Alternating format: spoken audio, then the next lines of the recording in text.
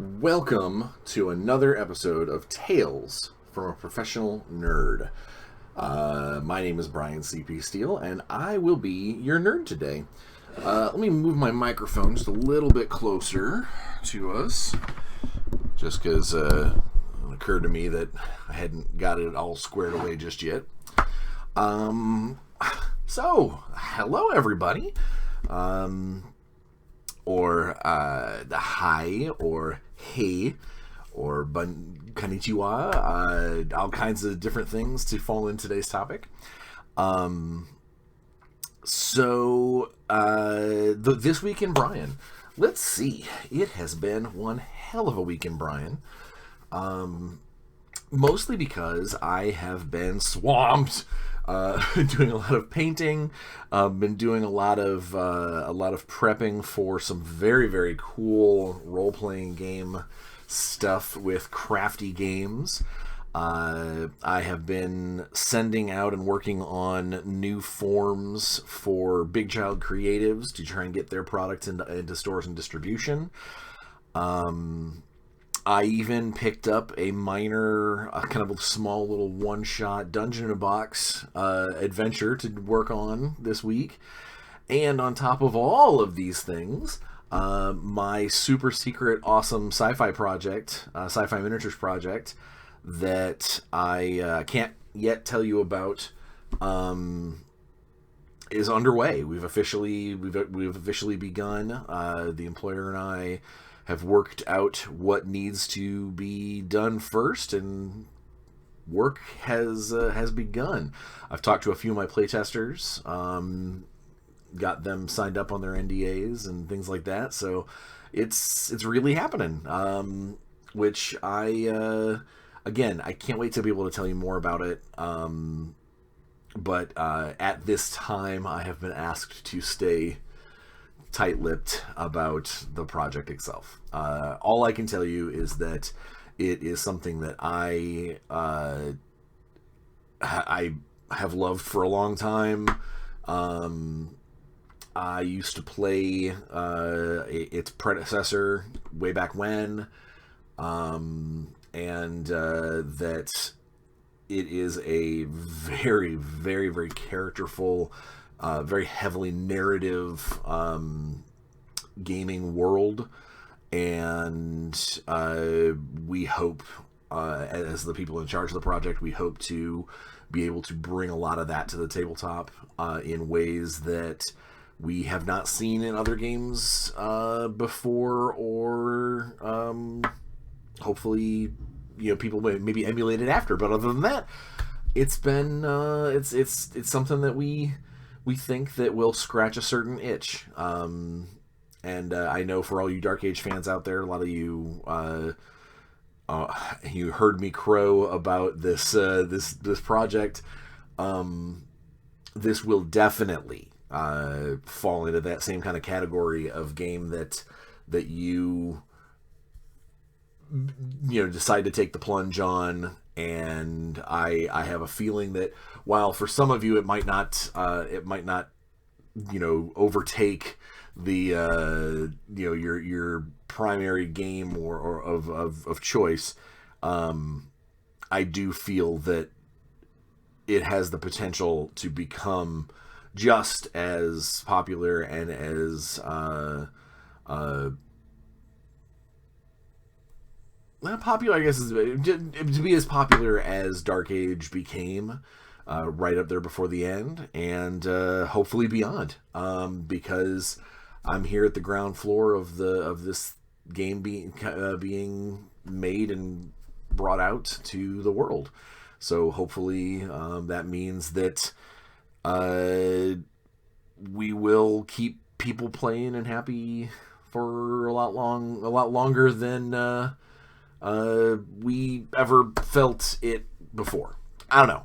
Again, I'm very happy part of the project. I'm very humbled that the employer involved reached out to me specifically with me in mind for this license. So I'm very, very pleased. Let's see, what else? Not a lot aside from just a ton of work stuff.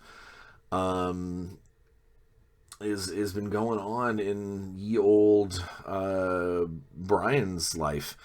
Um, Kids are doing fine. Wife's doing fine.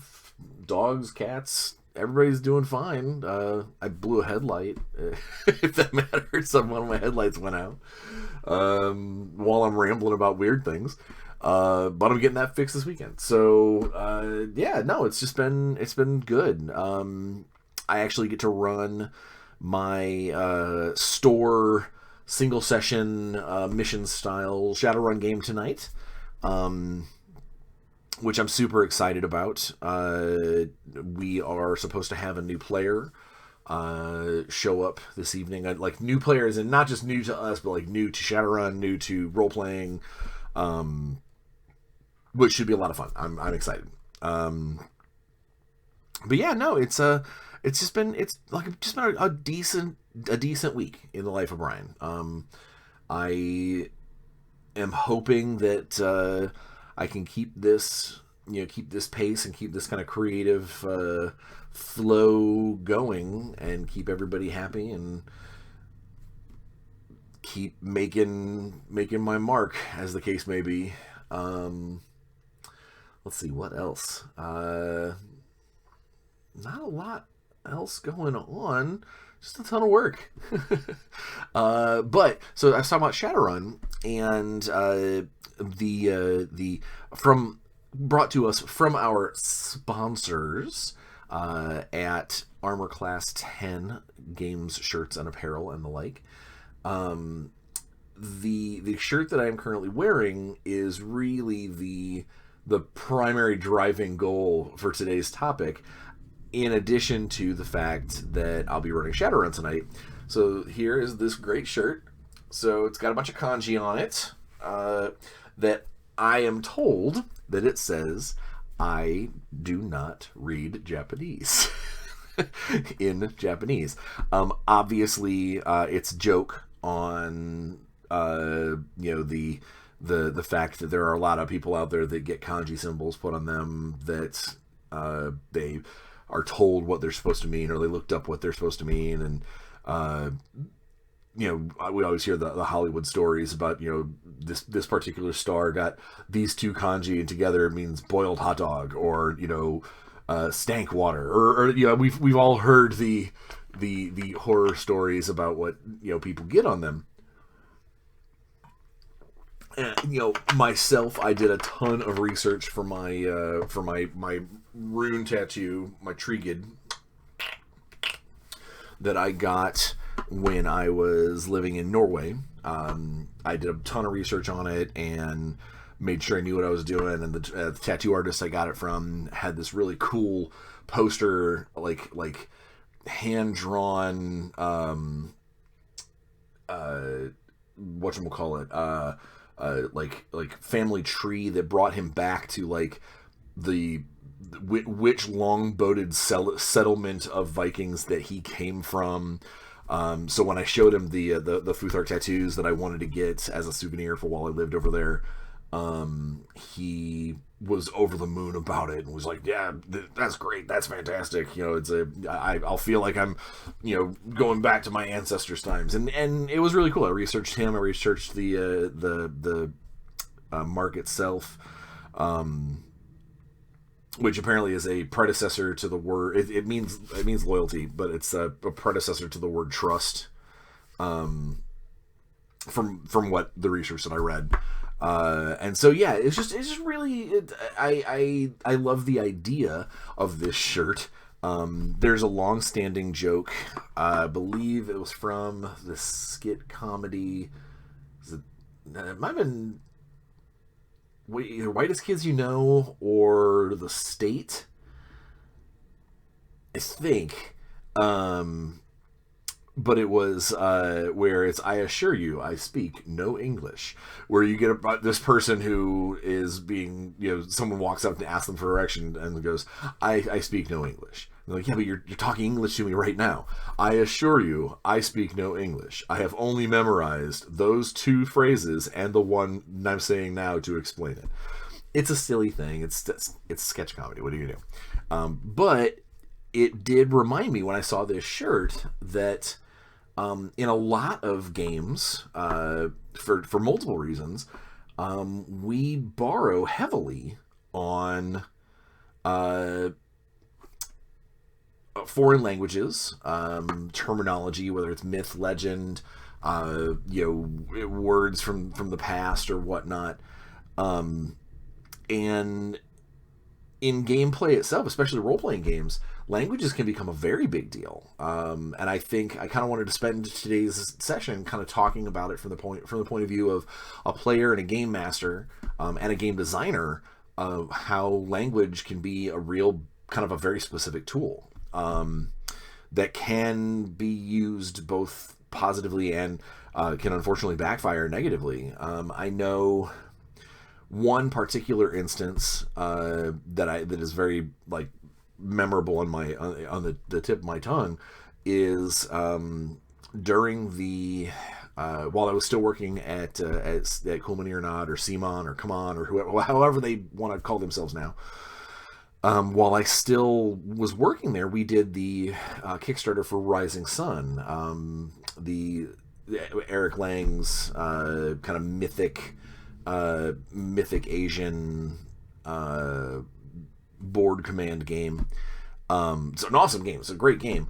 But one of the stretch goal critters that he had put in there was it had a name, and I can't remember off the top of my head. I probably should have researched it before I started talking about it. But it was put it in the comments if you remember. But they basically referred to this mythic firebird creature monkey thing, and it came out in the forum, in the discussions, and in the conversations after the fact, that name of the creature or name of the thing or whatever was not even remotely an Asian mythic anything. It was like a terminology pulled out of like a video game character or something. I don't remember the specifics, but I remember them catching a lot of hell for basically you having, in all other instances, a very well thought out, well researched mythic legend game, and then having this one piece that is just this random made up thing that obviously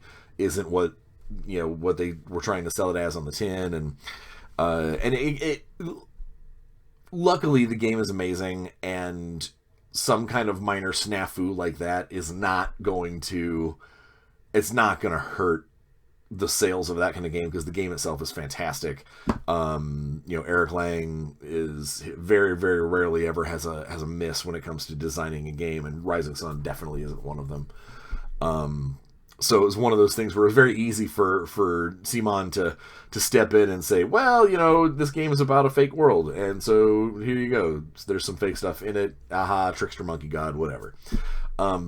But for that short period of time, they were given a little hell for not researching this foreign material.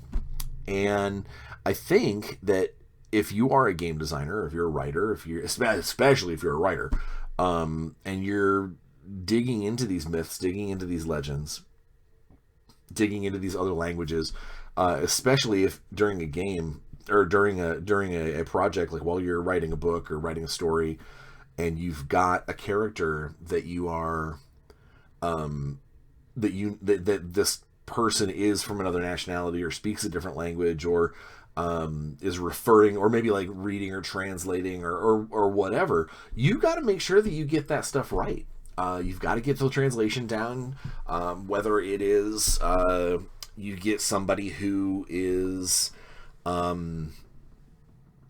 a native speaker of that language, or if you go online and try and I don't suggest just using Google Translate or something like that, because it's not always right.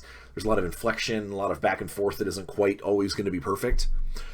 The best thing to do is to try and track somebody down who speaks that language either fluently or close to fluently, and find out what the best thing there is to use for that line or that phrase or anything like that.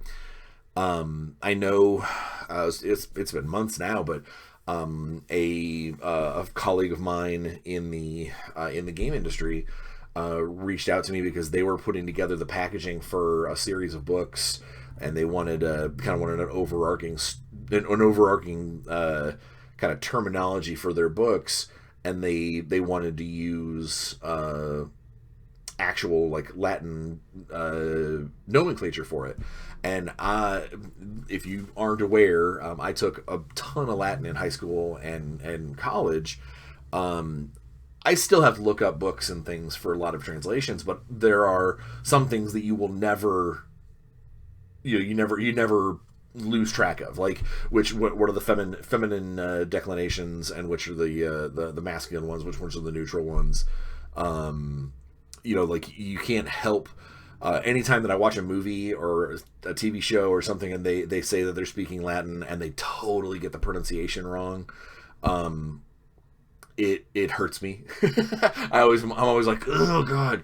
Or if a somebody who's supposed to be an expert in the field or whatever just fumble tongues it, and you're like, oh, you guys, come on, you know better. Especially if it's like one of the major, like that letter doesn't exist in Latin, because there are a couple of letters that didn't get, from that are in the Arabic alphabet that aren't in Latin, because there were other letters that took that place. And if I see Latin that contains those letters, or faux Latin, I just kind of roll my eyes, and it's hard for me to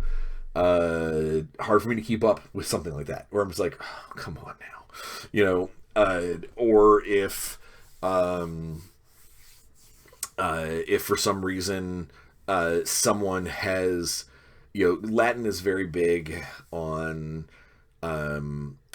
where it doesn't matter really where words fall in a sentence, because the endings of the suffixes of the words tell you whether or not it is the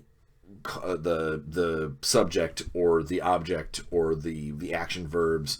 It tells you kind of where they go, and generally speaking, if you're handed this sentence, no matter where the words are, if you get your suffixes right, if everyone put it together right, you should be able to translate that sentence to what it says, or translate the words out in a way that you go, okay, now I understand what this sentence is referring to. And so when someone's like, just inserts a Latin word where it's, or a phrase, and you're like, that's not quite right, that always bugs me. So I'm sure there are people out there that when they're reading a book or watching a video or playing a game or whatever, and someone just totally butchers the language they're familiar with, that they probably throw their hands in the air and be like, ah, immediately the suspension of disbelief is ripped away, and you're like, oh yeah, I forgot. This is this person who's writing for this fluent person is not fluent. And it actually goes with non-spoken languages too. Very recently, one of the actresses that my wife deals with through her art, her portrait studio, and the charity pieces and things that she's done, it came up that I can't remember which movie it was, but it was a movie where one of the actresses, an actual hearing actress, was supposed to be playing a deaf girl, and her sign language, while technically correct, was so far off base from what an actual deaf for a long time person uses sign language for. And I don't know sign language very much at all. I am icky and bad at it. But the I know that there is, just like with conversational English or conversational Spanish, that there is a lot of turns of phrase, a lot of idioms that kind of, if you put these two words together or these two symbols together, that they mean something else. You don't have to spell everything out. You can cut corners and stuff to make it more conversational, make it faster, make it seem more like just someone talking. And apparently that actress got blasted by the deaf signing community, because while technically right what she was doing, it looked like, basically it looked like bad acting to a sign language user. It looked like someone who was up there butchering their lines, while they're giving the lines directly how they should be. Would you like to come out to the store and possibly buy a soda pop? It's you can have bad acting and still be saying the right thing. And apparently that's what this seemed like for when it comes to that, signing poorly. Again, I don't know. I'm not a sign language expert in any way, shape, or form. But what it did do is that it pointed out that that movie or that show probably should have hired an actual deaf actress or someone who is utterly fluent in sign to make that feel more realistic, and seem and read on screen more realistic to people who use sign language as their constant language. And that is why I think that if you are going to, as a designer, as a writer, as a player or a DM, if you are going to use a legitimate foreign language, like not a made up one, I can speak Orcish all day, but actually use a legitimate language. If you're going to, then do the research. Make sure you're doing it right. Do right by the people who are going to see that language and maybe get excited that it's getting used. Don't half-ass it. Actually do the work. And I think the end result will be a better, more cohesive product. And you never know, if you really get obscure. Like I was working on a fairy tale book way back when, where I had one of the main co-stars was a Scandinavian woman who was in fact a Valkyrie, and she spoke occasionally. She would say things in Norse, and luckily for me, I know some Norse from when I lived over there. But I also am well aware that if I went back now, I would have to clean up a lot of that language, because if any of my friends from Norway, or someone, let's say someone says, "Yeah, man, they've got a character in this book, she's from Oslo, like I know the street corner that her flat is on," then you're putting this realism in there, and then they read this character and it sounds like a wooden doll who's speaking with a ripcord pulled out of her back. It's going to be more like a gimmick rather than something to be proud of. If it is something that is researched and done well, and reading the character, it seems natural, it seems fluid, it seems like something that could be pulled right out of reality, then instead of feeling like a gimmick, it's going to feel like something that they can get behind. And they're going to go, it's awesome that they've got that he put in a Norwegian character in this book, especially since it's a heroine, this Norwegian heroine. How cool would that be for them to be able to basically kind of get behind this character and sort of root for them as almost like a nationality, or like a nationalism sort of thing? Is you don't get to see that many heroes from your perspective in other people's works. And if you're going to do it right. Is really all I got to say about that. But that's just kind of the realistic applications of language that I wanted to talk about a little bit, and I've already talked about more than I thought I was.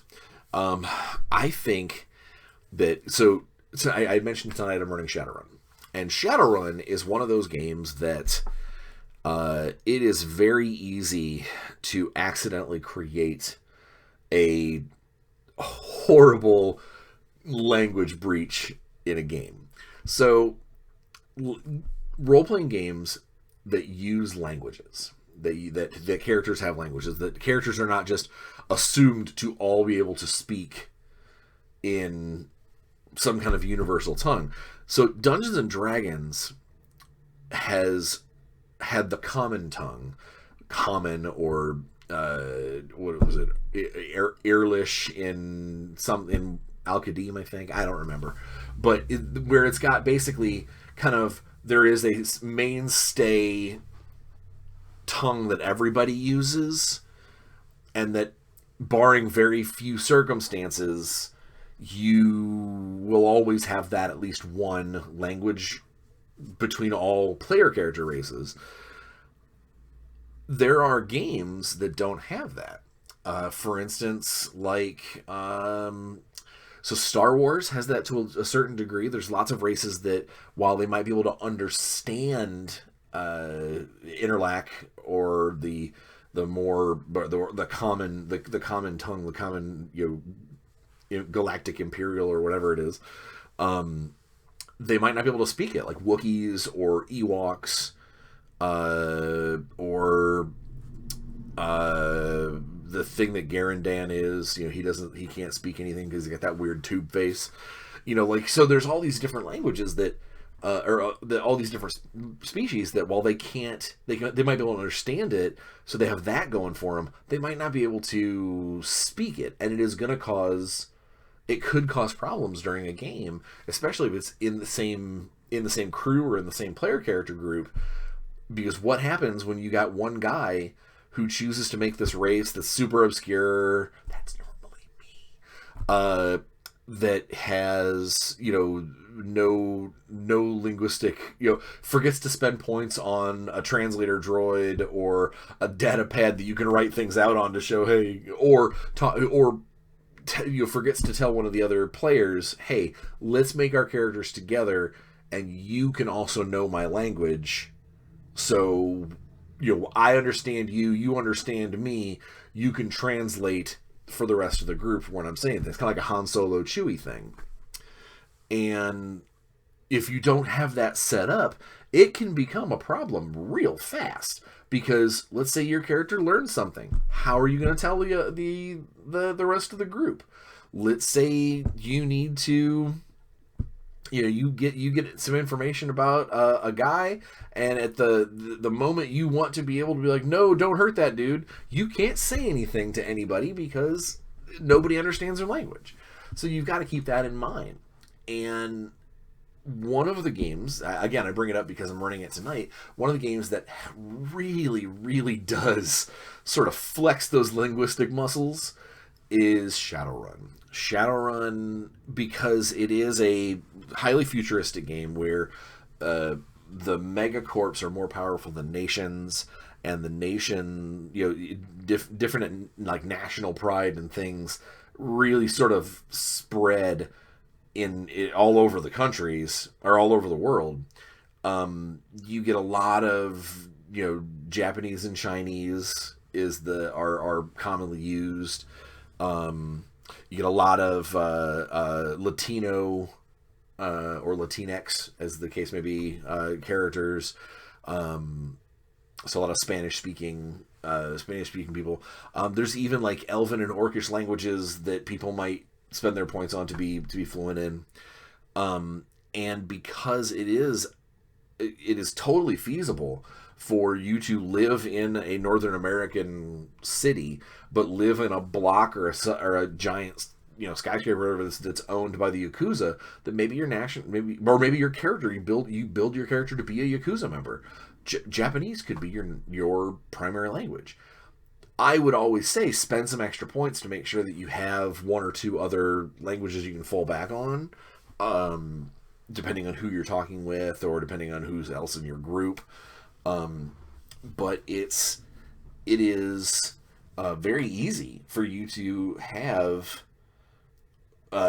language barriers within your own group, or conversely, you could use it as a tool, and player characters could be, you get a handful of player characters together to build their characters and go, all right, what are the chances in downtown Seattle of anyone of anybody we're going to be fighting against or whatever that also knows Algonquin, as a language? To be honest, pretty slim. Unless your game master's being a jerk. That kind of far stretch of a language is the kind of thing that all the player characters, if you're building your characters together, you could be like, that's better than having like Navy SEAL hand codes. If you can use a language that that most folk aren't going to know to talk to each other, it doesn't matter who's eavesdropping on you. Yeah, they might have to translate it later, but if it's like during combat or something, what are they going to do? Run a translate while you're shooting at them? No, that's not going to happen. So you can use that as like hidden signals and commands and orders and that sort of thing. That is a very realistic thing to do. Like, it isn't even just, oh, a bunch of players are getting together and gaming the system. No, it makes perfect sense. If you guys were trained together, or you rose up together to become these kind of shadow agents, then maybe you do have a language early on that everyone decided, hey, let's at least learn this to a certain degree so we can talk to each other in a room full of people that no one knows. I am heralded back to the olden days, back when I used to play in vampire LARPs, way back when. We're talking 20 years ago.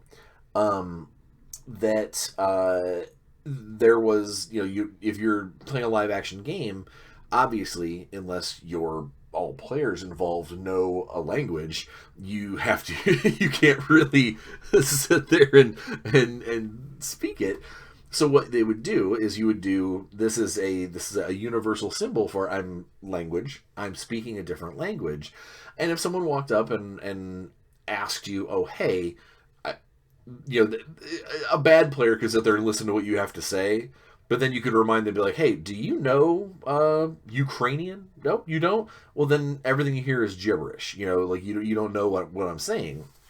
And I remember getting together groups of my fellow-minded vampire types, and us doing a lot of like planning and plotting and scheming right out in the open. Because that's what you do when you're vampires, by the way. World of Darkness vampires, all they do is plot, plan, and scheme. But we were doing it right out in the open because all of us took at least one point in insert random weird language, whether it is, and it was always not so weird that, whoever was running the game, whoever your storyteller was, you can be like, well, we all know, Northern Abisi. Why do you know that? Who knows these things? Okay, we don't. But like, we might all know Creole, or we might all know, some kind of, like everyone might know true Gaelic. If we were a bunch of Irish terrorists. But whatever the case may be, is you would basically get into a corner, and if someone was close enough to hear what you had to say, you'd remind them, oh, hey, you should probably walk someplace else. We're speaking a different language.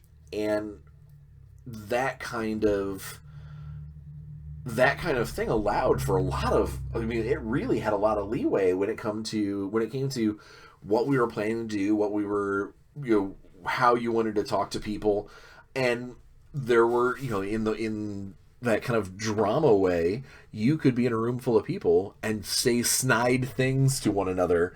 And although their players obviously know that you're saying things,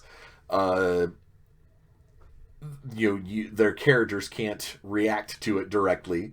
And it was a way for you to get subtle jabs in and whatnot. I played many a follower of Set, now called the cult. No, what are the followers now? I can't remember what the new fifth ed version of them are.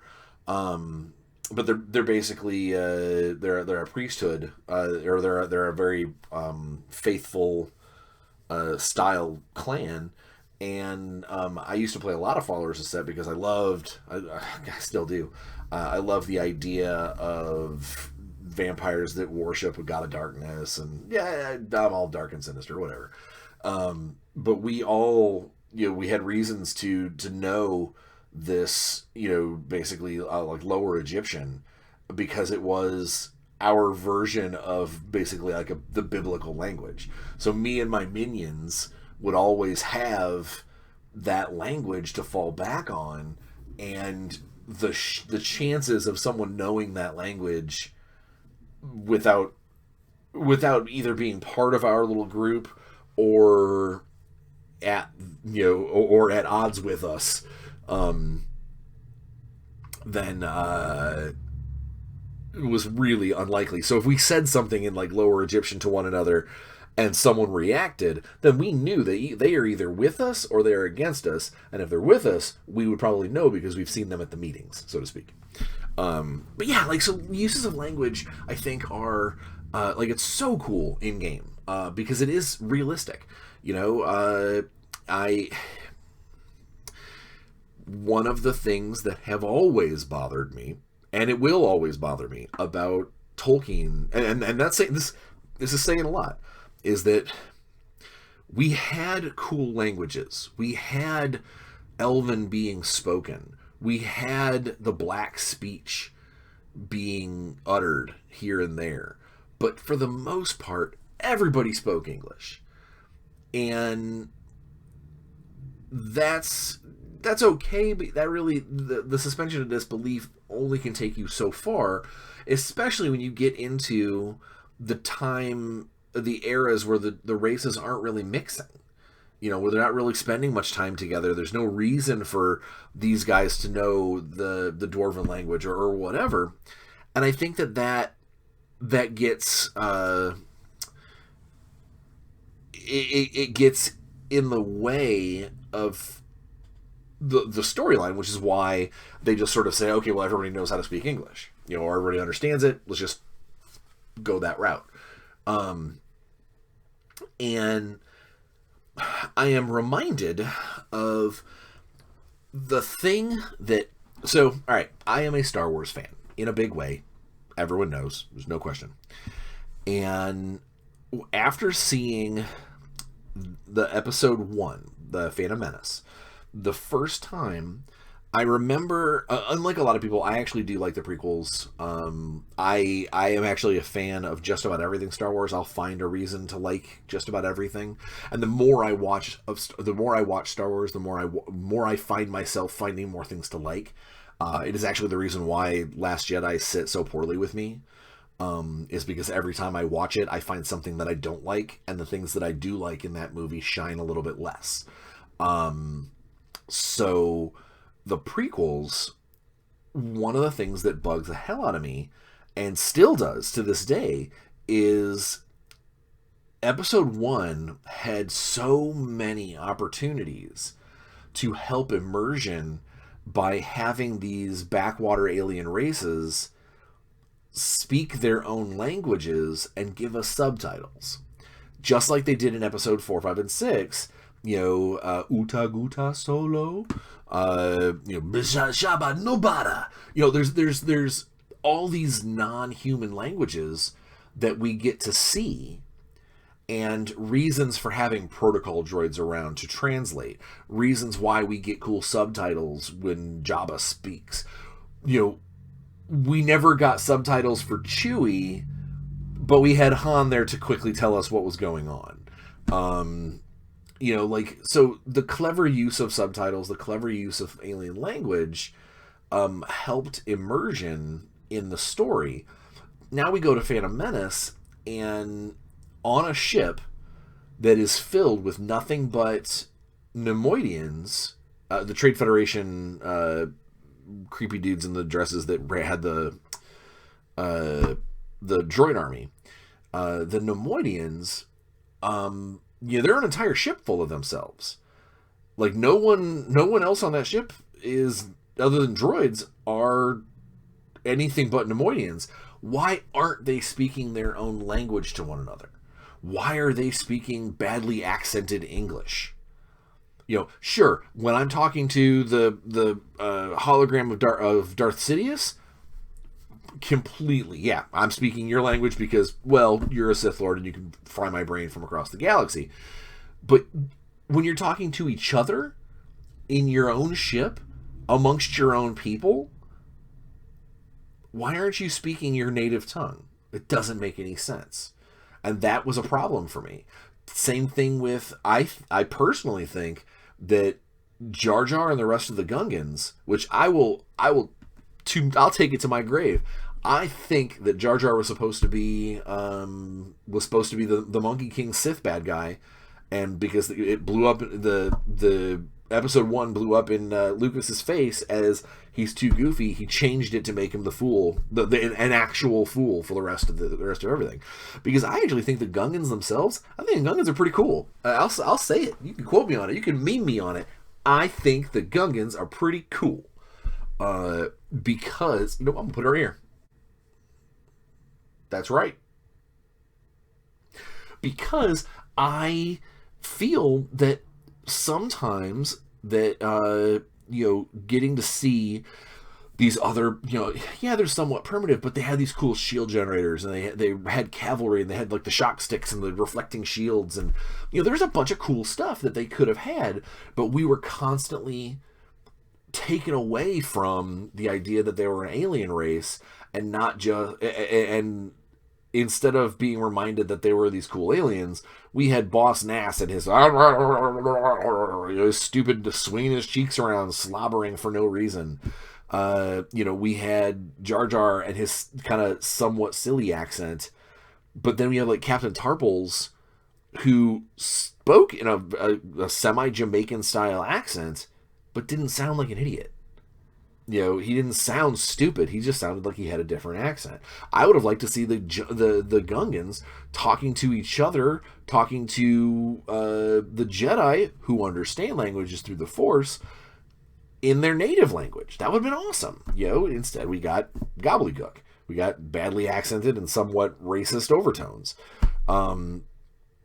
We've got later on you get the child version of Greedo, who's speaking in Rhodian, and he's been given subtitles. That's cool. Give us more of that. Give us more immersion where you've got characters that are speaking their regular tongue at someone. Hell, it could have been something that they could have used that to try and point out how special Anakin was at an early age. Have the Rhodian speak to him in subtitles. Have Sebulba speak to him in Doug. Have these other species all speak to him, and have maybe the princess, have Padme say something like, how do you know all these languages? How old are you? You're 9. How do you know all of these? How can you understand all of these people? And Annie just, Anakin can say something along the lines of, you know what, I don't know. I've always been able to. Like little offhand line, but bam, cool. Suddenly I'm a little more interested in that kid. He's got powers. He's a little special, and I again, language is so powerful because it is something that if someone took me and threw me in a foreign land, and if they didn't speak English and I didn't speak their language, it would be so difficult to get by and survive and eventually get out of that situation. And I think that that's something that we can use in gaming. You can use in a role-playing game where, nobody speaks the language, dump somebody in the thing. It's a reason why in a Shadowrun game, maybe having somebody with a pile of Skillsofts are little chips you kind of plug in and go, okay, cool, I know this. Maybe have somebody who's got a pile of linguistic Skillsofts.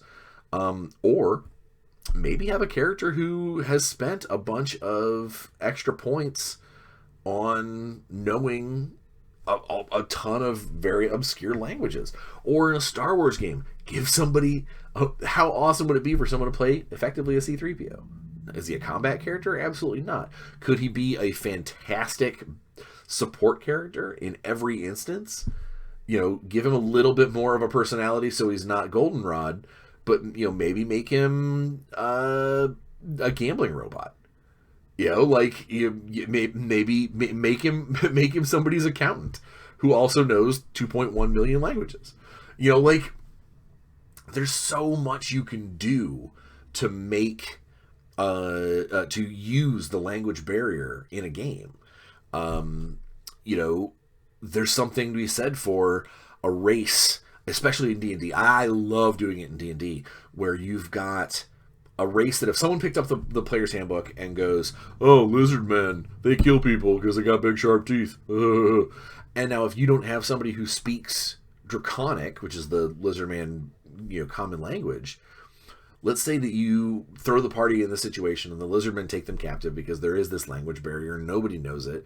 Maybe like the one guy, like the bard, is like, I can do comprehend languages, but not until tomorrow. Like you gotta let me have a chance to let us survive long enough so I can play translator. And then maybe they find out that they took you captive because 2 days ago a group of similar adventure-y types came through and stole their sacred idol. And then bam, now suddenly you've got a chance to work for a Lizardman tribe to get back their idol. How cool would that be? To get friends in a Lizardman tribe?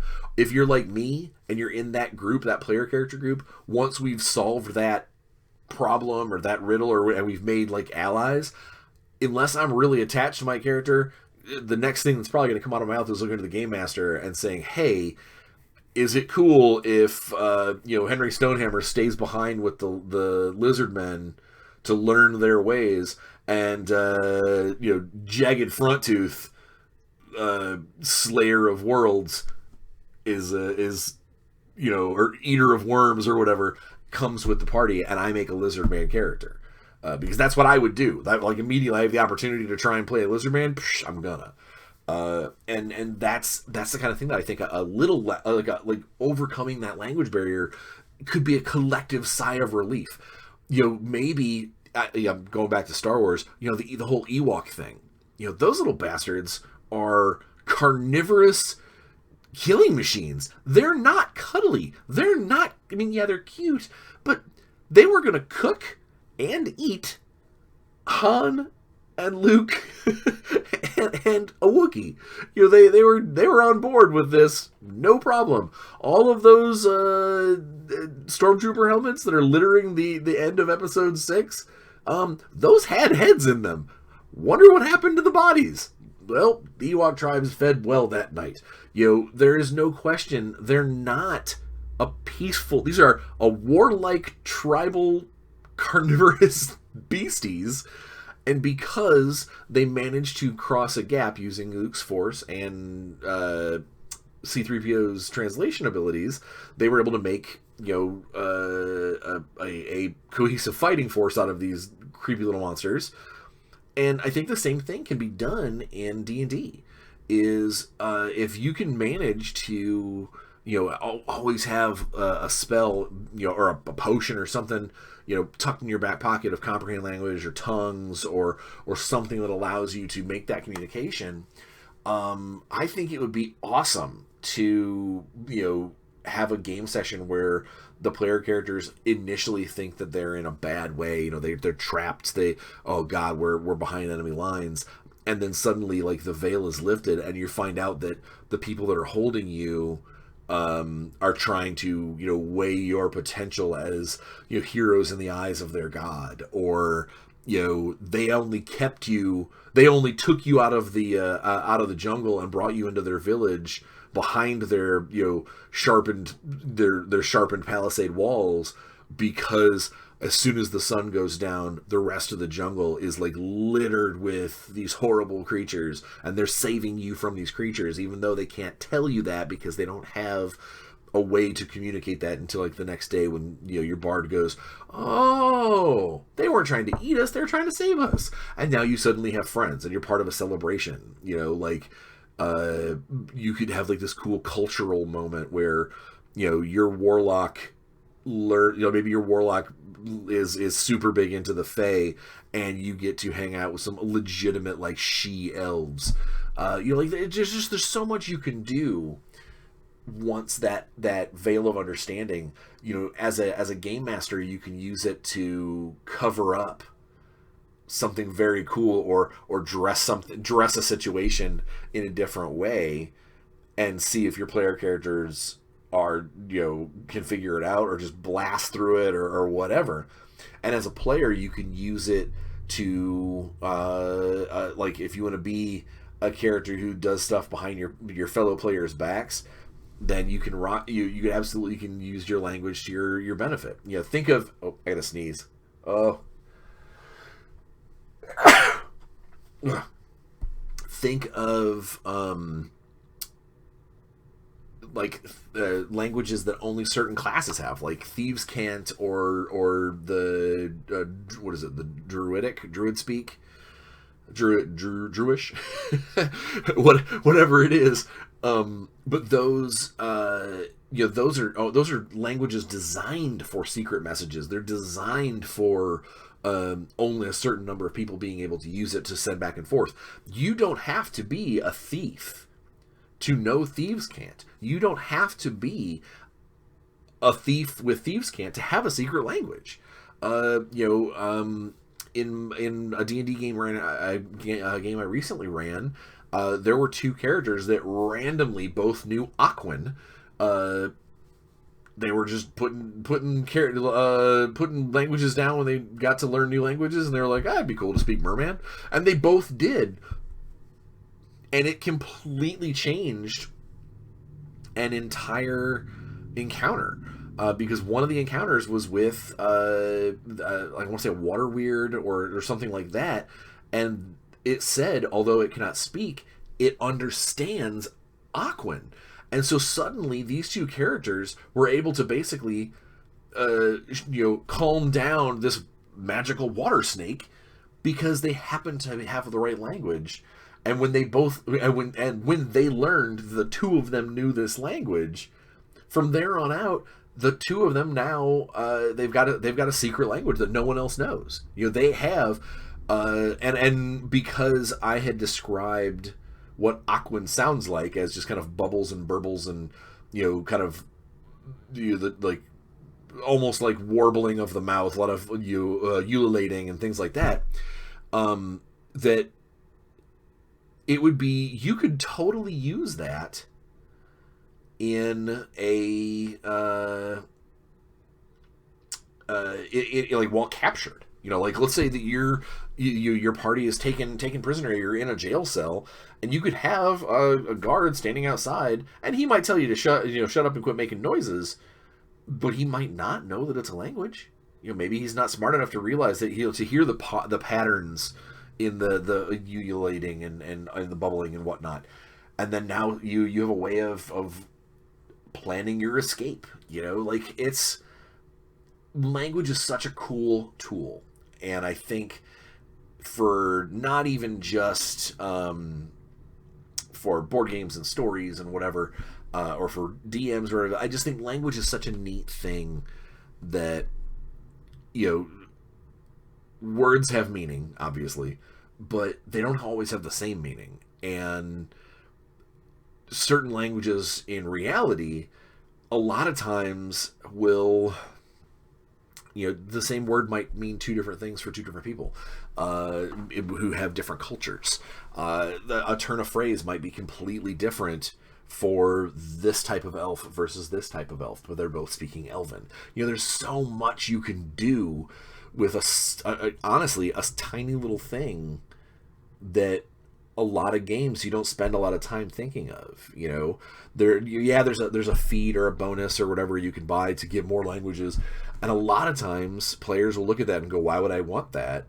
Well, hopefully if you're one of those players, you've listened to this video and you go, man, now I know why I want that. Or why in the player's handbook it talks about what kind of alphabet the languages use. Just because it's a halfling language doesn't mean that the halflings have their own alphabet. English uses the Arabic alphabet. Russian uses the Cyrillic, symbols. It's a way for you to, because you can hear certain similarities. Similarities?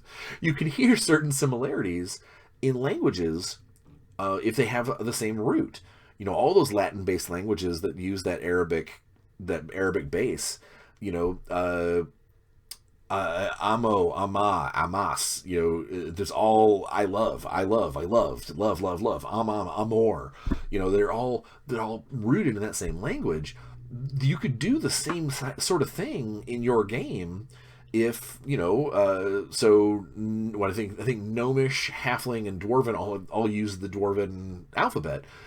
You could, if you wanted to, have somebody speaking Gnomish or speaking Halfling or speaking Dwarven, and if they know one of those others, you could maybe look at them and go, okay, give me an intelligence check. You might be able to pick out an idea that you're saying. Can du help me? Is a phrase in Norks that says, can you help me? Can you, hjälpa, help, me. Looking at it, hearing it, it's very similar. You could understand that, especially if they maybe slowed down a little bit and weren't speaking super fast. That same idea happens with other languages that have a similar base. Now, I don't speak Japanese. Because of that, I couldn't tell you if there's a similarity between Japanese and Mandarin or anything like that. I couldn't tell you if somebody, if you did a Kendi Yelpamai in Japanese, what that would sound like or what that would look like, because it's a completely different animal.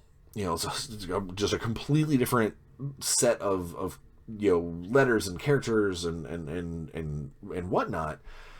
Just like I couldn't do it in Russian.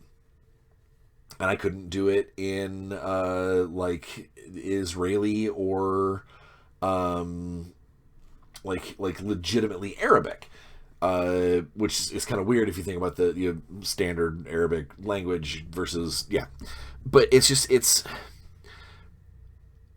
you can find ways to make things work.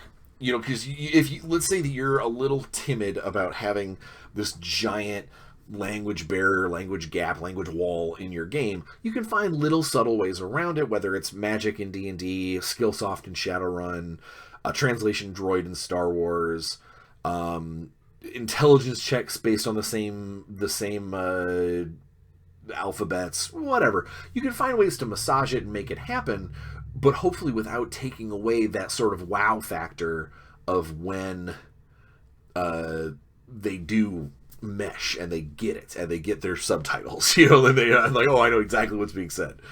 And I think that's it is a really powerful tool, and it is something that we need to, as developers, as writers, as designers, as players, as game masters, as everything, we need to really kind of respect the power of language, understand our humility based off of whether or not we know how to use them, and really take that facet of real life and use it and wedge it and make it a thing in our various games and stories. And I think that it's it is grounds for awesome moments, it's grounds for funny moments, it's grounds for terrifying moments. There's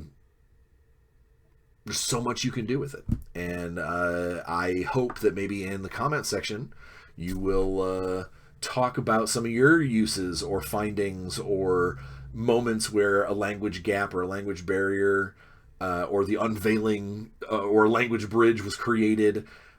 Tell me, let me know. I want to know what it has done for you, and that's what this show's all about, is learning about gaming and the freelancing and talking everything out and the various facets of what we do as gamers and as industry types. So, as they say, the professional nerds. Yeah, so I would say drop it in the comments, give us a like, give us a share, subscribe, hit that little bell button so you know when I talk about things. Here pretty soon, I'm thinking about doing some non-Tales from a Professional Nerd add-ons in here, maybe like some movie reviews or something. I don't know, we'll see. But either way, hit all the buttons, hit that subscribe, hit the little bell ringy dingy. And tell your friends, tell your family, tell your dog, get on board with the Professional Nerd. And I will be eager to hear from you, just like hopefully you're eager to hear from me every week. Until then, get out there, have some fun, and play some games. That's in order.